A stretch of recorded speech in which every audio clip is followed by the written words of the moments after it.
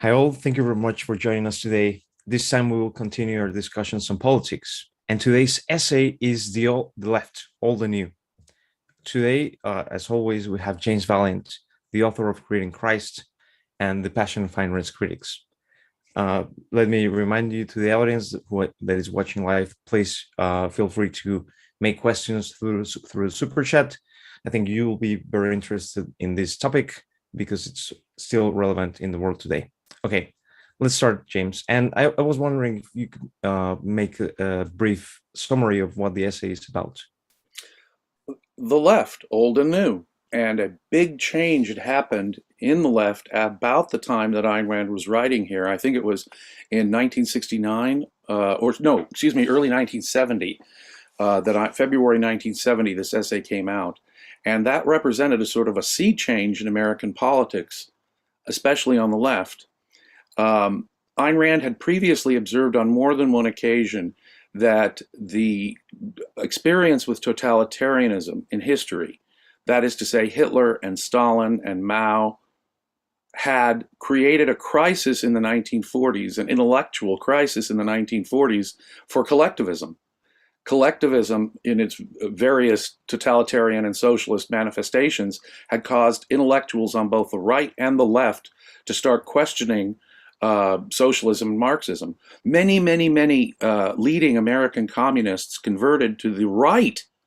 Men like Max Eastman and James Burnham, after seeing the horrors of Stalinism, converted from their Trotskyite communism to free market advocates, and they would help start William Buckley's conservative magazine, The National Review. It wasn't just on the right, though. On the left, you have George Orwell, a stated socialist, who was writing his books in the late 1940s, attacking Stalin as much as he was attacking Hitler. So totalitarianism had created a crisis for collectivism, and in many ways that the left has not yet recovered from that crisis. By the time Alexander Solzhenitsyn came out with his critiques, like the Gulag Archipelago in the 1960s, suddenly even the noble experiment of the Soviet Union was no longer thought a noble experiment, even among most American leftists. There was the rise of an anti-Stalinist left. So, given the crisis of traditional Marxism and traditional socialism that the crisis of totalitarianism had revealed to many of the more honest intellectuals of mid-20th century, what was the response? The response was to retreat.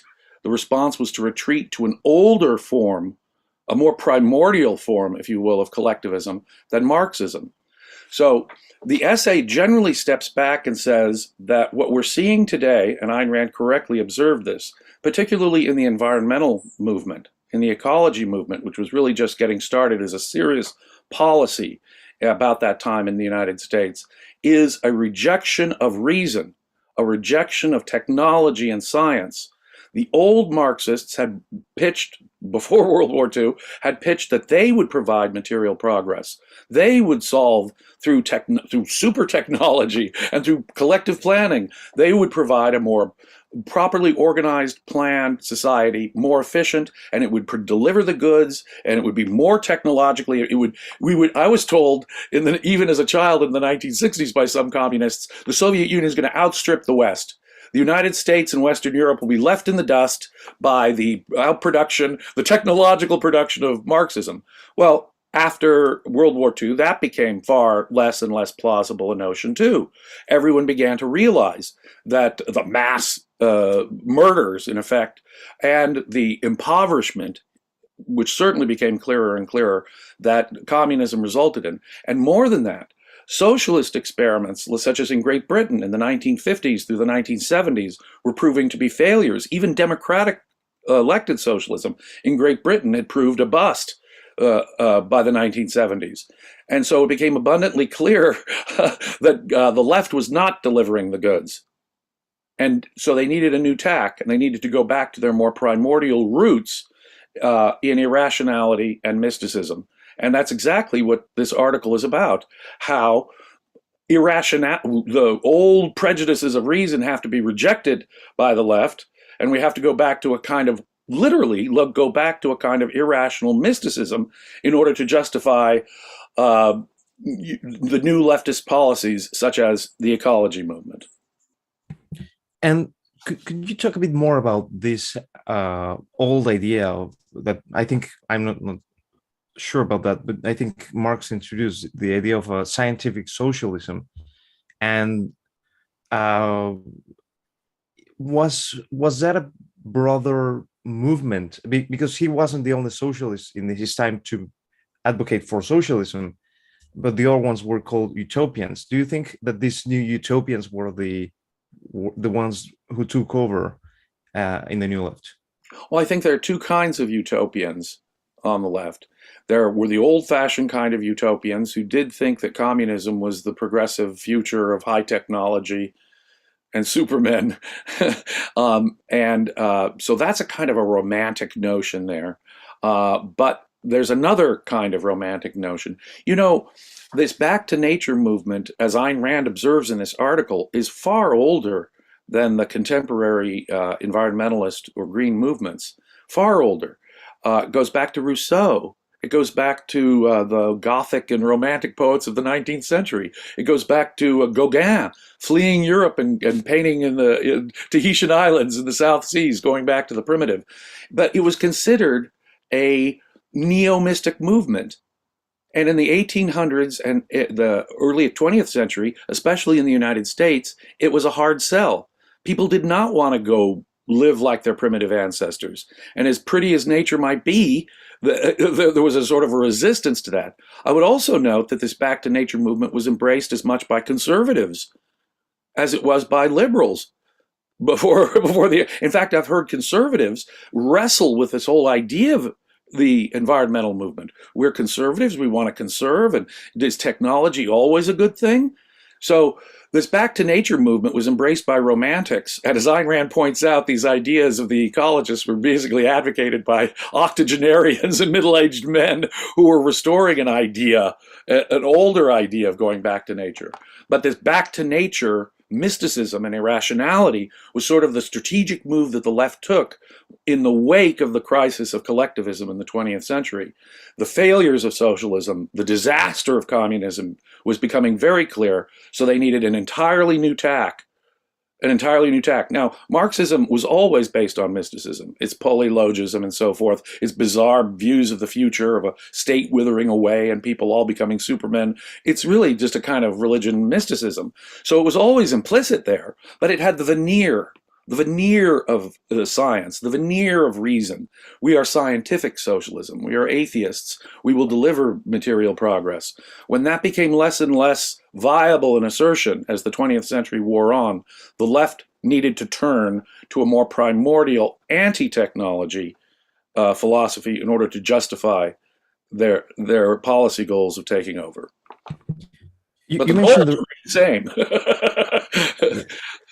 You mentioned the romantics, and I haven't studied completely the history, but my understanding is that the Nazis were pretty big on this kind of idea of returning to nature, and also it coincides with the age of these youngsters who are advocating for these ideas.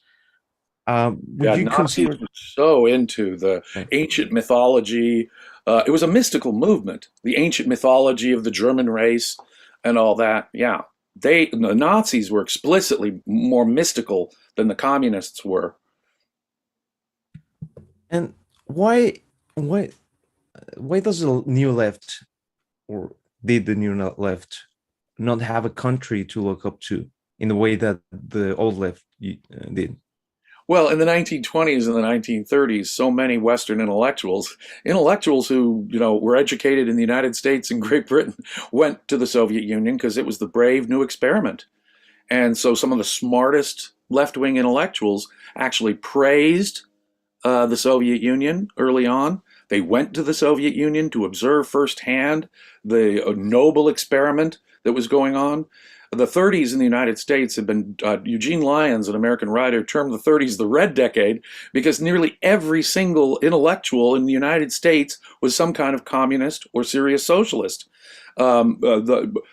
literary editor for the New York Times in the 1930s said, and I'm quoting exactly, "One cannot be a proper writer without first being a proper communist." New York Times Book Review, 1930s. That red decade sort of shattered in the face of the experience with Stalin and Hitler. That really is what did it. But why did the new left didn't have Oh, a country, yeah. Well, like, yeah. you see, the Soviet Union was their idol, and when that shattered, if we are looking for idols, they are defending, and Ayn Rand points out how the New Left would defend primitive, savage cultures. If you go to the cannibals in New Guinea, they probably would have been the poster child, just as the Soviet Union had been the poster child for the old Marxists. So these primitive societies, these tribal societies, shaman-led tribes from the most primitive parts of South America or Africa is the ideal they're going for. Only they want to mask that idea to some extent. They want to believe that we can still sort of have some technology and some progress, even when we go back to primordial mysticism. So it's a contradiction in their own thinking. But they couldn't really point to, say, the cannibals of New Guinea, because no one would have bought that as an ideal. But truly speaking, that was their ideal. The ideal they were setting forth, in effect, was the Dark Ages. The ideal they were setting forth was primitive tribalism. Mystical, go back to the Native Americans, be like the hippies and join some collective. It was literally a go back to the past. An ultra-conservative movement was now seizing hold of what was the so-called progressive left. But in order to sell this, they couldn't really say that our ideal are the cannibals of New Guinea. Don't you think that one of the evolvements of the new left is that it has become sort of parasite in many senses of the way that our societies work, in the sense of they grab a very specific issue and then they try to change it and just break it over. Do you think that's another way that one can see this movement? They knew that for the American audience in particular, the real goals of environmentalism would be a hard sell. It's hard to get people to give up their private homes and their private cars and their consumer goods. And they knew that to some extent that was the enemy. And so they knew it would be a hard sell. And so they have to soft sell it. And they have to provide contradictory, in effect, package deals. We can still keep some technology, even if we eliminate all these other bad technologies. Somehow, some magical technology will come along. You'll do it, Mr. Reardon, like an Atlas Shrugged, and you'll find the solution whereby we can still be rich with all this productivity and technology, but have government manage it and control it and distribute it. So it's magical thinking on one part, but I think the more sophisticated people were cynics who understood that they had to soft sell a contradiction to get in their ultimate goal of dictatorship. And one of the things that you talked in last week's essay is, which is Don't Let It Go, is about how the American people value science and value knowledge. Do you think that that fact is the reason why the mysticism and crazy aim for astrology and all this push was discarded, and then this whole new environmental movement dressed as science was shown as? Very much so. If it was literally just cleaning up pollution or getting the toxic smog out of the air, Americans would be all behind it. It wasn't a question of the actual physical things that environmentalists could point to and complain, which were not the result of the free market in most cases, in any case. I love the way Ayn Rand dispenses with that whole thing. But the truth is that you can't really, let's face it, even in the last decades of the 20th century, you couldn't sell Americans on the idea of going back and living like a Stone Age savage. It doesn't work. Americans were never going to do that. Americans knew the value of technology, and firsthand, and did not want to go back to a world before medicines, before mass production, because they knew the horrors and poverty that that would mean. So they had to adopt a sort of pseudoscientific veneer. Now, of course, the pseudoscientific veneer of environmentalism is just that. It's a religion. Why should this delicate ecosystem be preserved forever? That's not evolution's way. Species are coming into and out of existence all the time. The environment is constantly under dynamic change. To try and save species or preserve some delicate ecosystem, pure religion. Pure religion. It's nature worship. And they've got all the accoutrements of all the signs of being a religion: a fall from grace, a mystical future that'll be just perfect that we can live to. So a redemption myth, even an apocalypse myth. Oh, the world will come to an end because of human. So it's really a religion, and it needs religion to support it. No question about it. But they had to give window dressing to it, a scientific window dressing. See, you're really hurting yourself physically. We're hurting our economy. We're destroying our planet. In the end, we'll all die and get sick. We'll have more storms. We'll have more illnesses. We'll have more famines because of global warming, say. And so, yeah, they had to develop this scientific veneer to it in order to make it plausible, especially to the American audience.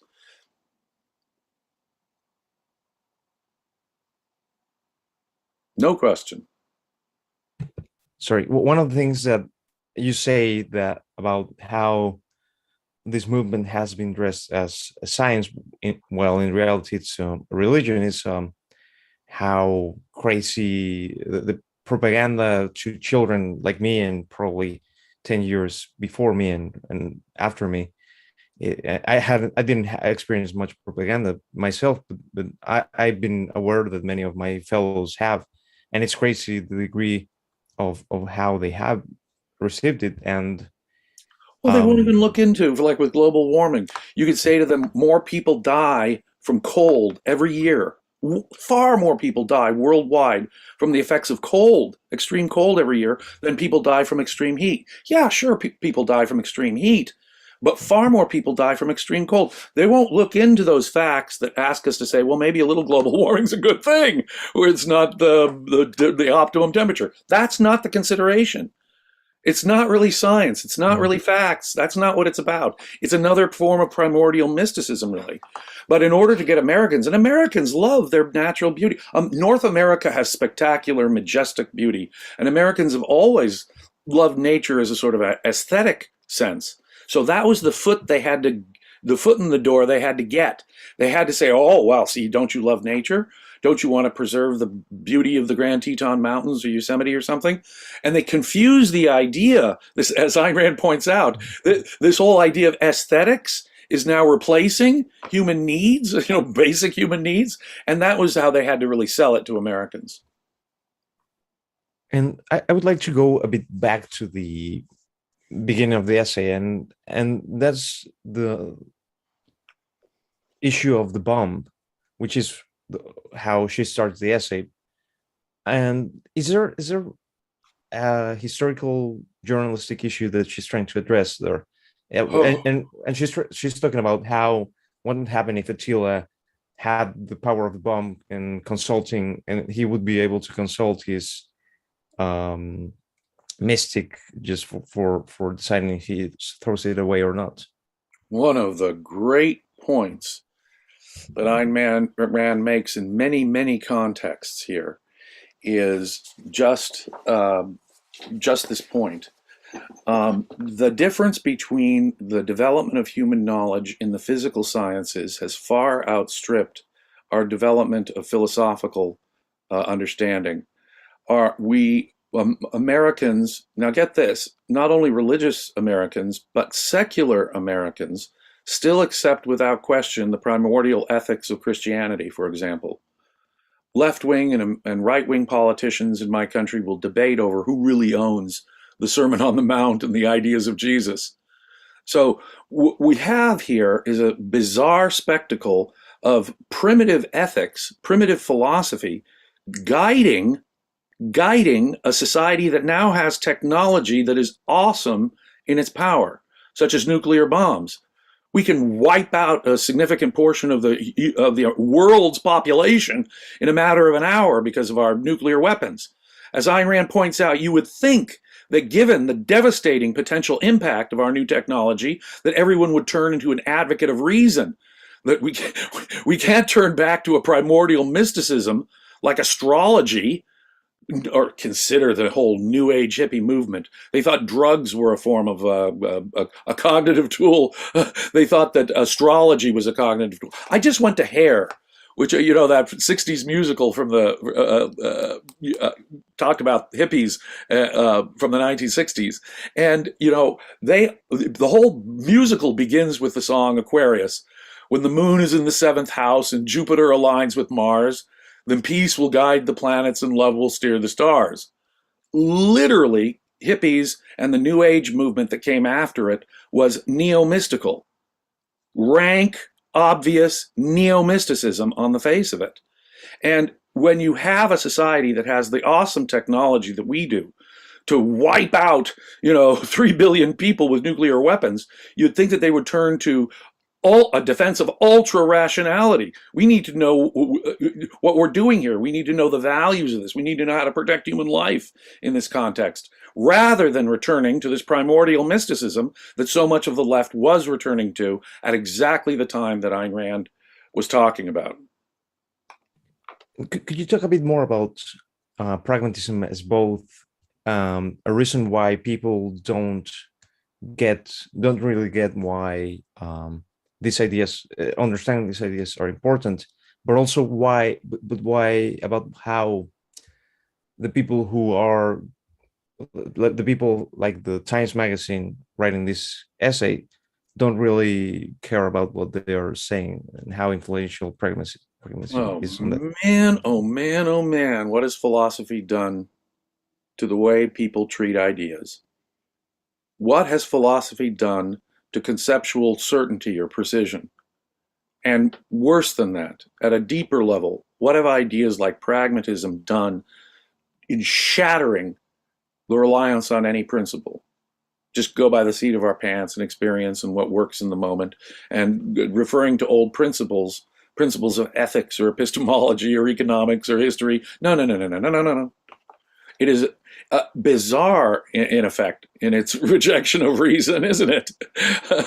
But pragmatism has gotten people to think that ideas really don't matter. So that when an environmentalist comes out, like the environmentalists quoted in this Time magazine article that Ayn Rand cites, and they're explicit, they're opposed, they're for tribalism.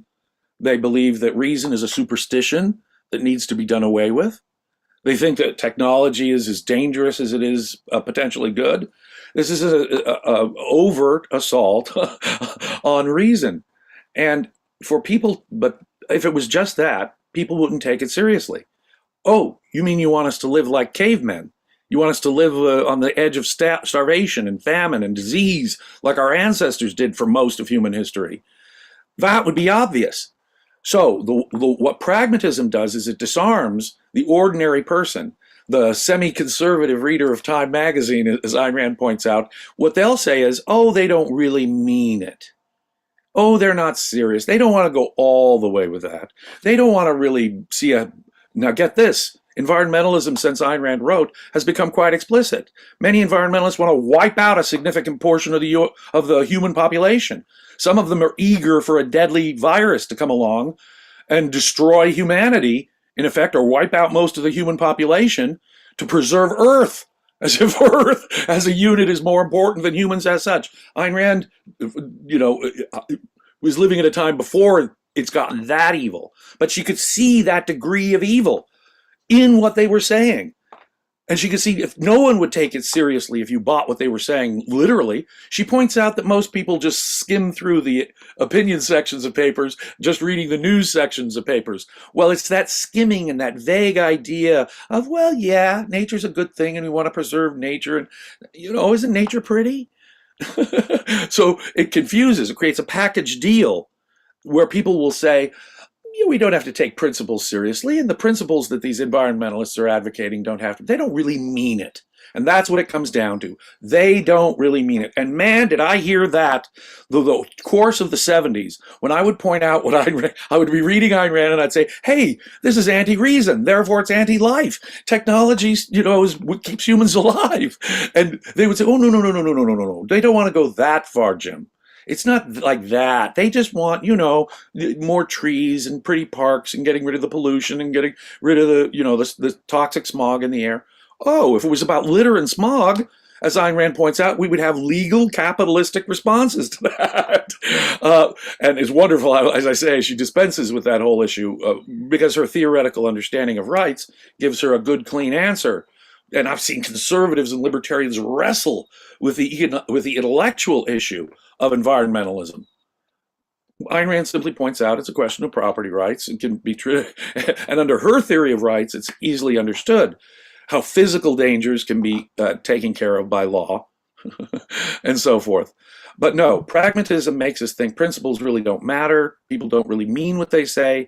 And without that, environmentalism would never have gotten off the ground. Because if anyone had taken seriously the outright anti-reason views of the people that Ayn Rand is quoting in that Time magazine article, Americans would have rejected it completely.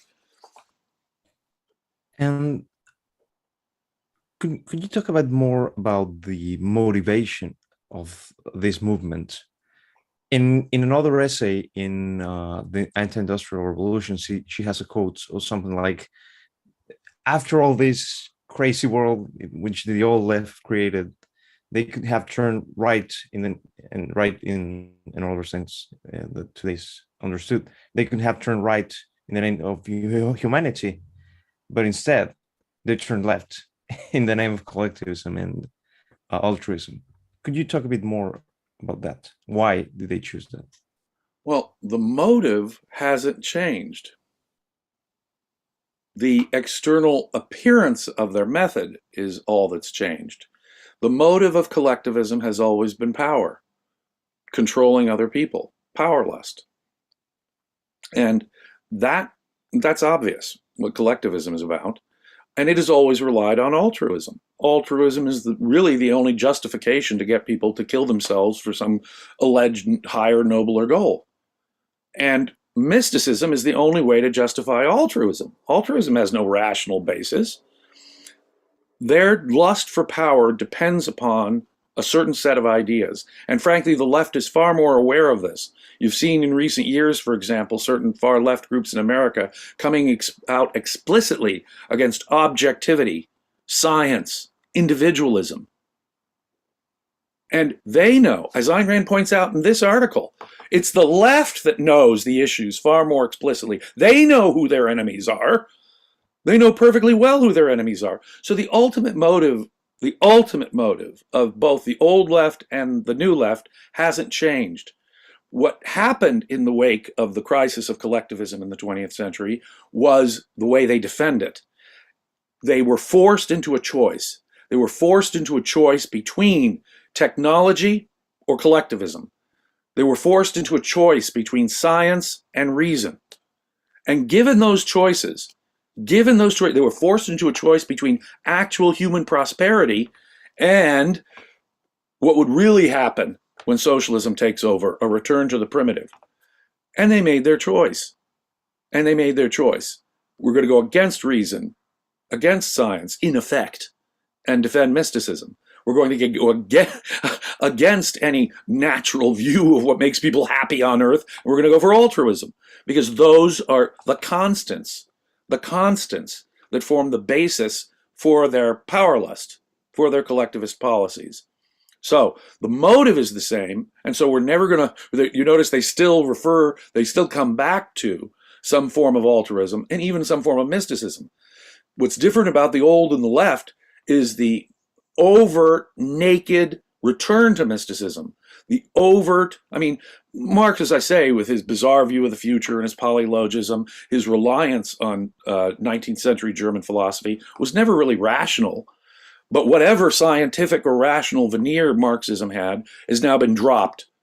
They were forced into a corner, in effect, to choose between technology, actual human prosperity, reason, and they, at least a good many on the left, have chosen primordial mysticism over science quite explicitly, and you'll hear it all the time.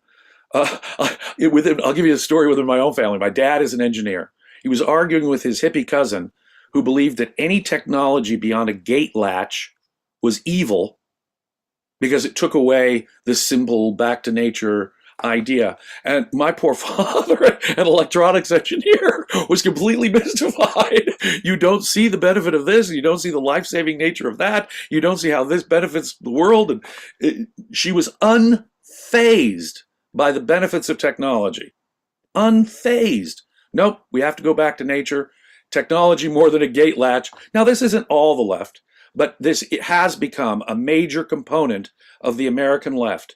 An overt assault on reason, science, technology, industry, and an explicit call to go back to the primitive. The Native Americans were morally superior to 21st century Americans. And another issue that she calls when she's talking about that is that fear is one of the chiefs, or she calls it the chief psychological tool for propaganda. What does that mean? So repeat your question again? I'm sorry, I didn't hear it. She calls fear as the left. Yes, well, it's a reflection of their own internal psychology. When you have rejected reason, I can't imagine a more helpless, out of control, panic-inducing state as to question even reason, much less to reject reason, much less to return to primordial mysticism.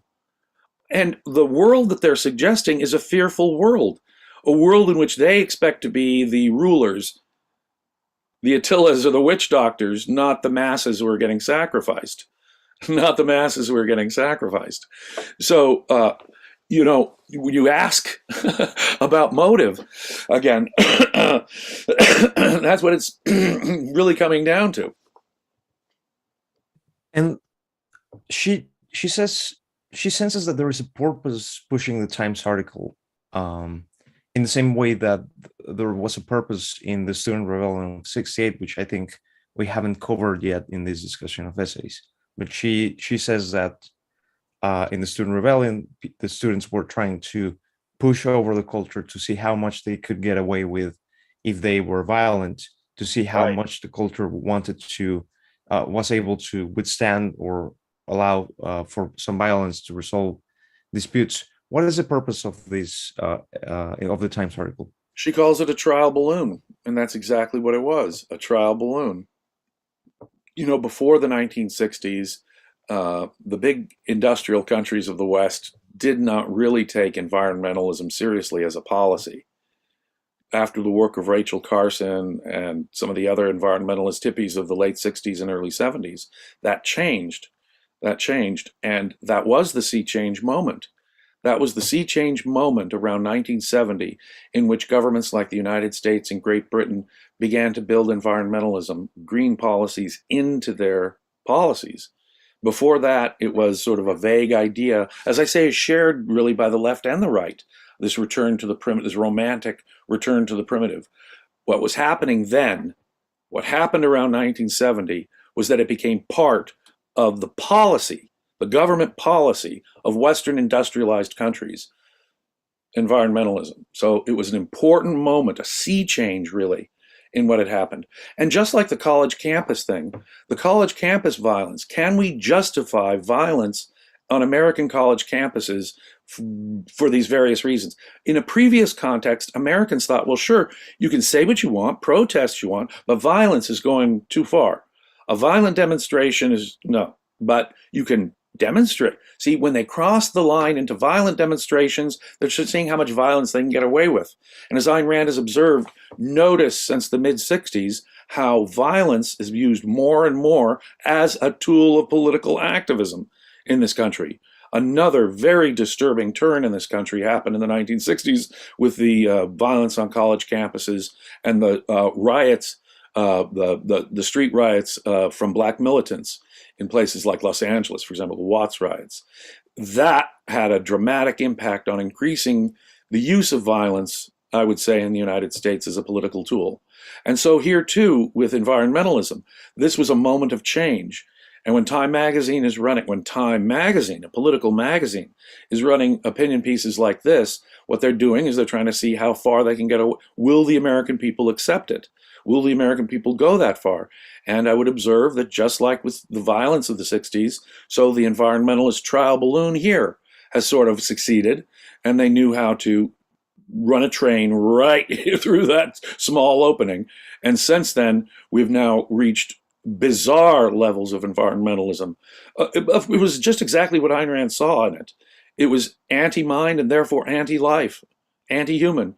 And in the decades since Ayn Rand wrote, environmentalists have happily filled out Ayn Rand's prophecy in complete detail. As I say, calling for the actual extinction of most of the human race in some cases. And I think that the last question I have for the essay as such is, why does Rand think that the real people who should be blamed for these kind of issues, and if these ideas are entering into a culture, should be the middle of the roaders more than the left, who is saying these things? Always, always, always. It was a minority, especially in America at first, who was going for those extreme policy goals and those extreme philosophical ends about the evil of technology, the evil of going by the mind, how reason is just a superstition. If you'd come out clean with those ideas, they would be flatly rejected. That minority, and this is a good example on Ayn Rand, how Ayn Rand points out that minorities make history. This consistent, ideologically consistent minority was just a minority whose ideas, if explicitly believed, understood outright, would have been rejected at the time by most Americans. That's why it is these people who say, oh, they don't really mean it. It's the middle of the roaders who say, oh, we can have some compromise with it. We can allow a little of their ideas in, and they don't really mean the extreme things that they mean. So it's these pragmatists, it's these middle of the roaders, it's these people who me too it. It is why, and let me back up further, this is why the Republicans and the Tories and the Christian Democrats are more to blame than the Democrats, the Labor Party, or the Socialist parties. More to blame. More to blame, because they give it the moral excuse. They accept a premise without questioning some premise of the left, and it's that questioning of the premise, and they're saying, oh, we just don't want to go too far. Well, now what Ayn Rand has said before, once you start negotiating with the thief who breaks into your house over the spoons, or just take the spoons, leave me this. Once you've started the negotiation, you've lost completely. You've conceded they have the right to the whole house. And the same is true here. Once our conservative friends concede to the environmentalists, the green left, some basic points. Oh yeah, government needs to take control of the economy to some extent to do X, Y, or Z. They have given up the show.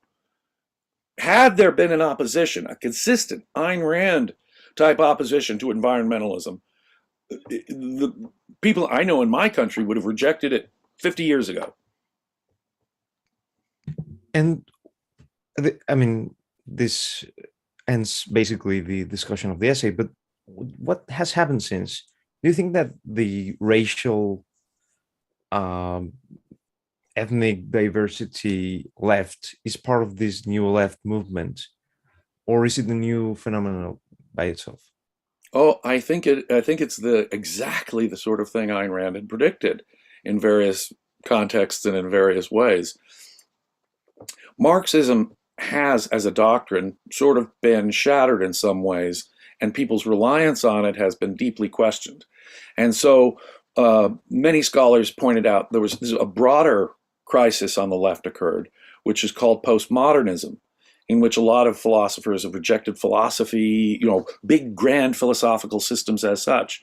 But of course, they've kept their mark. Most of these postmoderns have kept their Marxist policy ideas intact. They want to have their Marxism in policy while eating any idea of a grand ideology, eating the idea of reason, in effect. in the process. Environmentalism is the issue where it really comes out specifically, where these people are in effect rejecting reason, and that is the difference between the left, old and new, is a far more explicit rejection of reason. That's what's going on. So yeah, it is. We have seen the left break down its Marxism into sort of intersectionalism. Instead of crude class analysis, we're now getting, well, what victim groups do you belong to? Are you LGBTQ? Are you a racial minority? Are you a woman? Et cetera, et cetera. So the different intersectionalism has sort of replaced Marxism. But this intersectionalism is a return to the primitive. It's tribalism. It's a far cruder kind of racism than even Marx would have conceived of. So what we're seeing is sort of the corruption of Marxism into an even more primitive, more collectivistic, more tribalistic, and more atavistic leftist ideology. Eating ideology while still having their Marxist policies too. Does that make sense? It does. Also, one of the things that surprised me is how split up the left has become. For instance, here in the UK, there are three leftist parties: the Greens, the Yellows, the Reds, and I think there are many, many more of that kind, which I think is a salient feature of this new leftism. And it's really just degrees of man hatred. Yeah. Right? It's really just degrees of reason hatred, isn't it? Well, the Blues also hate, I think. Yeah. So Corey Flores has a very generous contribution. Thank you, Corey. Thank you. He says, "Sorry, James, I realize you have just been talking about it, but would you be able to summarize Rand's idea of the trial balloon? I have read it, but I can't extrapolate how it would be actually put out there to the public." Well, a big opinion piece in several sections by Time magazine, the most popular political magazine of the time, would be a good place to send up a trial balloon to see what the popular reaction would be. Time magazine at that time was so popular in North America that you could walk into basically any professional office and see on their, the coffee tables in the waiting room, Time magazine. It was probably the most widely read. And as Ayn Rand observes, it was read by moderate types, not just liberals. It was read by moderate conservatives. It was considered a middle of the road at the time. At that time, Time magazine was considered the foremost news magazine in the world, certainly in America, and it was sort of a middle of the road, conventional magazine. For them to be running an essay, an extended essay in multiple parts, citing leading intellectuals of the time, Marshall McLuhan and Buckminster Fuller and, some of the, Bertrand de Jouvenel, some of the most influential thinkers on the left at the time and on the right at the time, to have, quote them, is a trial balloon. How will the American people react? How will the readers of Time magazine, around 1970 or late 1969 have received this? So it sneaks in ideas. Oh, we can have our technology and eat it too. Oh, there may be a backlash and a reaction here. So they're sort of anticipating different possible reactions to these new environmentalist ideas. And by running an article like that and observing the reaction, you can actually see how far you can get away with stuff. If the primary reaction was what it was, with people like Richard Nixon, who was considered a conservative Republican president at the time, he was the guy that gave America the Environmental Protection Agency. So run up this trial balloon that's really a kind of a far left idea in a moderate magazine and see what manifests. And you'll find that even moderate Republicans are jumping on board. And when you see that, then it's green light, go, and you may as well come out with the most radical environmentalism, because apparently we can fool people into thinking that our power grab is really just a love of the beauty of nature. I hope Corey likes the answer. I have just one unrelated, it's related to the essay, but mostly I want to explore your knowledge as an historian, James. And that has to do with the Rand talks about the Middle Ages in the essay, and how, and she says that it's basically was an age of mysticism, and basically the dominant feeling and issues in the era were extremely bad. And my knowledge is there has been a revisionist side on history lately about that. What do you think about that? I reject that revisionism outright. There are a lot of non-objectivist intellectuals and historians who've rejected it as well recently, and I find that kind of encouraging. Um, but the fact of the matter is that the Dark Ages were dark, and dark on principle. People will point out that, hey, wait a minute, there were writers, there were monks who were still, occasionally writing books, and, through the time. The Roman Empire continued in the East. They continued to print books in the Eastern Roman Empire long after the Western Roman Empire, Italy, France, and Spain and Britain had gone under to the barbarians. But the Greek-speaking Eastern Roman Empire continued for many centuries. It was shrinking under the assaults from Islam until it just became the city of Constantinople and finally fell around 1450. That's as late as it fell. But even in the Byzantine East, there had been a rejection of reason, the destruction of Greek knowledge. All of Aristotle's dialogues were lost. Two-thirds of his poetics were lost. The method of Archimedes was lost. Instead of copying the books of the greatest scientists of the ancient world, the Byzantines wanted to bleach those over, and that's what they literally did. Bleach those over so they could write, a 700th copy of the same prayer book or hymn book over these great works of science. Great science stopped. There were no Aristotles and Archimedes between 400 and 1200. Look at the art itself. It's not a glorification of this world with perspective or the beauty of the human body. No, they were religious themes. You got a baby Christ who needs a shave. You got flat two-dimensional art. So whether it's the lack of real science or whether the nature of the aesthetics itself, or when you look at the government, what's going on? In the Byzantine authoritarian Eastern Roman Empire, they're destroying classical knowledge. They're fighting among each other over whether you can visualize in icons the saints and Jesus. That's how extremely religiously atavistic and totalitarian the Byzantines have become. The Dark Ages are the Dark Ages. And it's really hard. I mean, Rome was the first city with a population of 1 million people in human history.